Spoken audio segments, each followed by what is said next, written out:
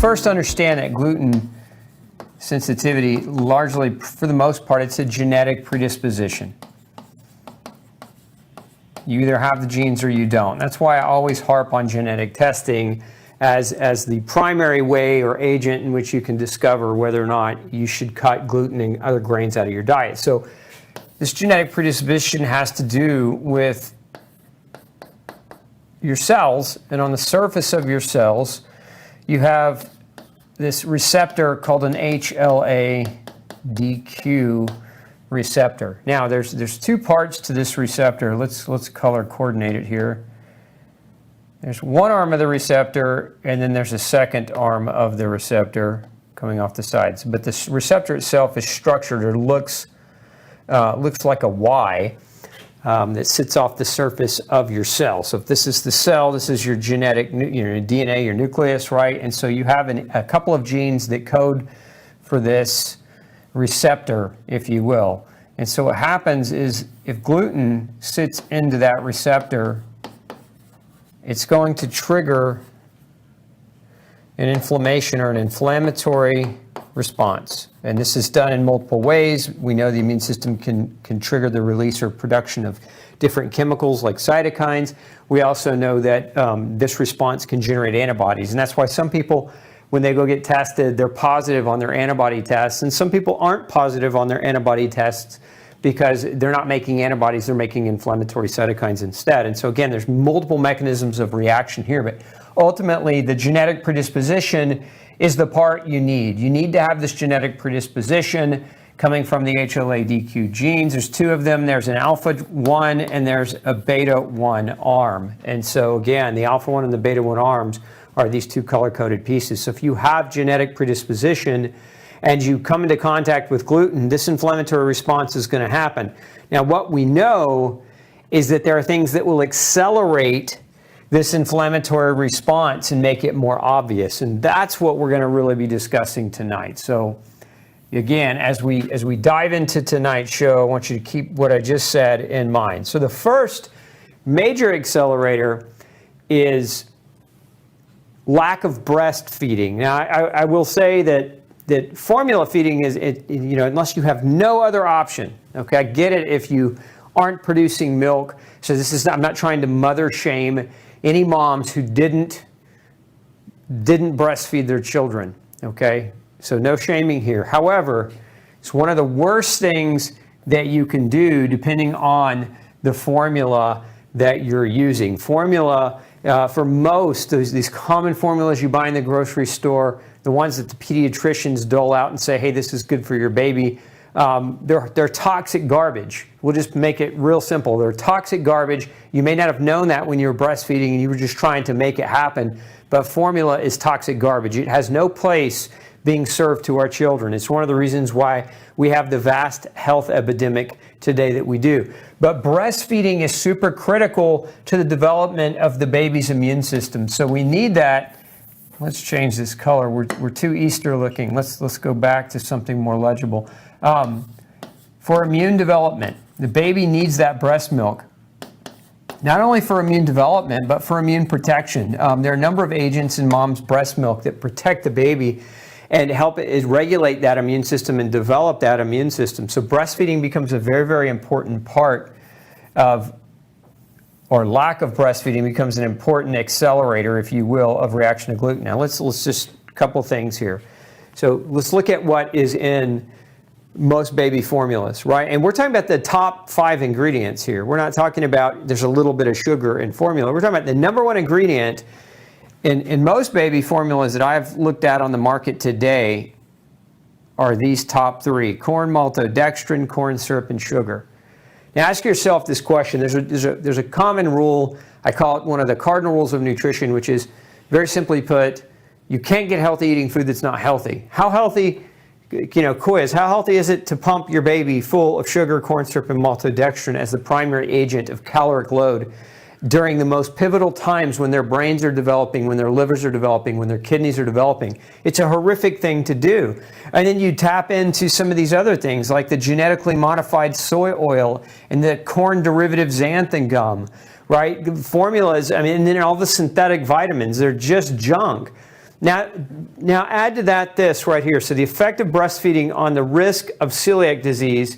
So this was a meta-analysis review done, and the conclusion was that breastfeeding offers protection against the development of celiac disease. Increasing duration of breastfeeding was associated with reduced risk of developing a gluten issue. So we know that not breastfeeding increases that risk, and maybe one of the reasons not breastfeeding does it isn't necessarily because the baby's not being breastfed, but maybe it's because of what is in the formula.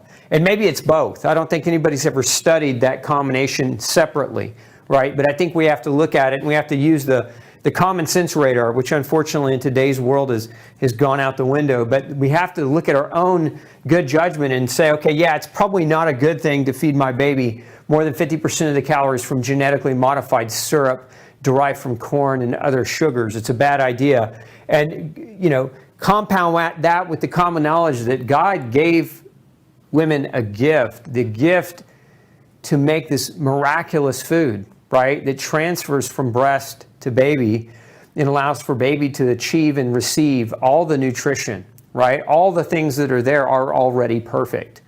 And so in that regard, breastfeeding should be held in high regard, right, by our medical communities. But instead, our medical communities have tried to convince decades of young women that somehow this swill is better than the God-given formula that you have in your body. So again, breastfeeding is lack of breastfeeding and formula induction is one of those accelerators. Now, to that same note, we said formula, one of the biggest ingredients is sugar. So we're gonna tackle several of the accelerators here. And again, sugar being one of them here. But sugar does what? Sugar, when you overconsume sugar, okay, that's going to create an imbalance in the microbiome. It's going to feed yeast. Now, we all have what's called a myco, M-Y-C-O, mycobiome. Myco is fungal or yeast, right? So this refers to the yeast. Now, so it's important to understand that some yeast is normal, but a yeast overgrowth is abnormal. And so a yeast overgrowth oftentimes leads to symptoms specifically in the sinuses and in the lungs. These are symptoms of what's known as, oftentimes referred to as an upper respiratory infection, or URI. And so a lot of times parents, their kids are stuffy, they've got severe congestion, right? They're coughing, they're wheezing, sneezing, etc. They go to the doctor. How many of you have ever been to a doctor with your child and they just said, oh, no testing needed, let's just do antibiotics? If that's happened to you, just type antibiotics into the comment section right now. If you've ever been taking your child to the doctor, they didn't do any testing or differentiation for fungal or yeast infection versus bacterial infection and just put you on antibiotics or just put your child on antibiotics. Now, the problem with that is antibiotics are not harmless.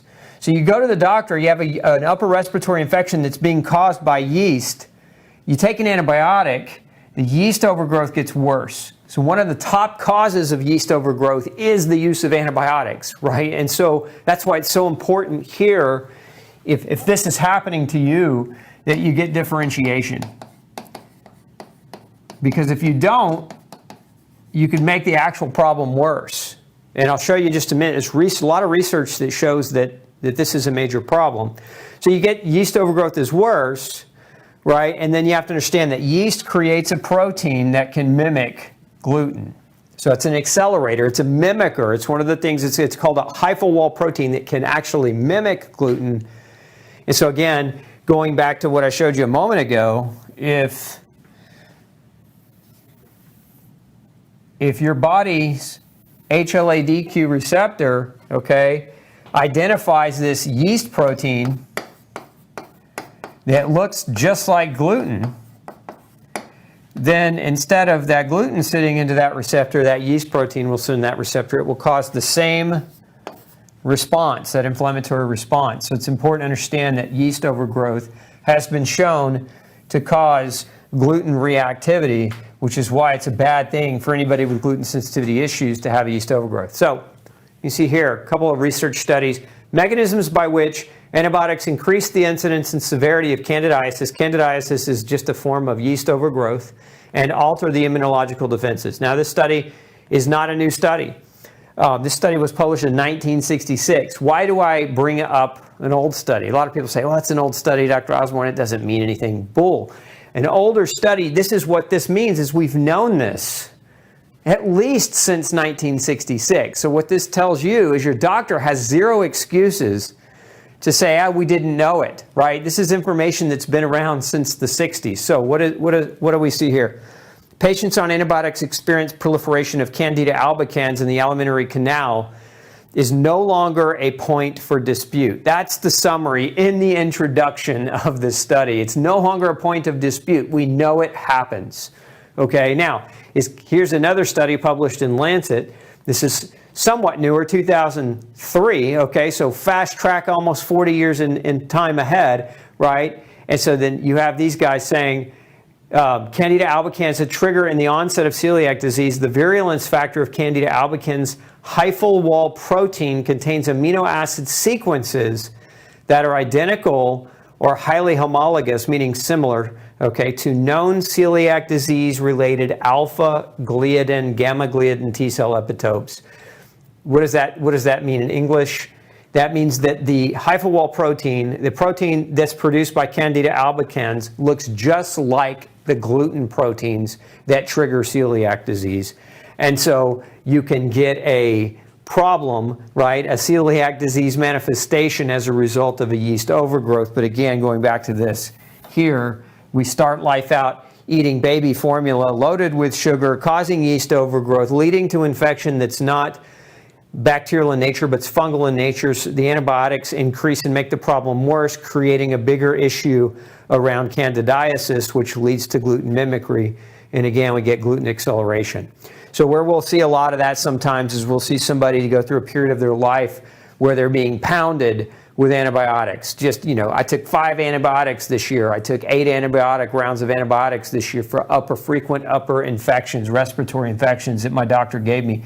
I see this a lot in my practice, and one of the questions I ask is, did they do a culture? Did they do a culture to determine whether it was bacterial or fungal? And I've never heard somebody say, yeah, my doctor did a culture and differentiated. So I've been practicing 21 years. I've never heard a doctor do their job, and that's not to say there aren't doctors out there that do their job. That's just saying that's my experience. Hey, don't forget to check out the rest of the series right here. Make sure you hit subscribe below. And as always, thanks for tuning in.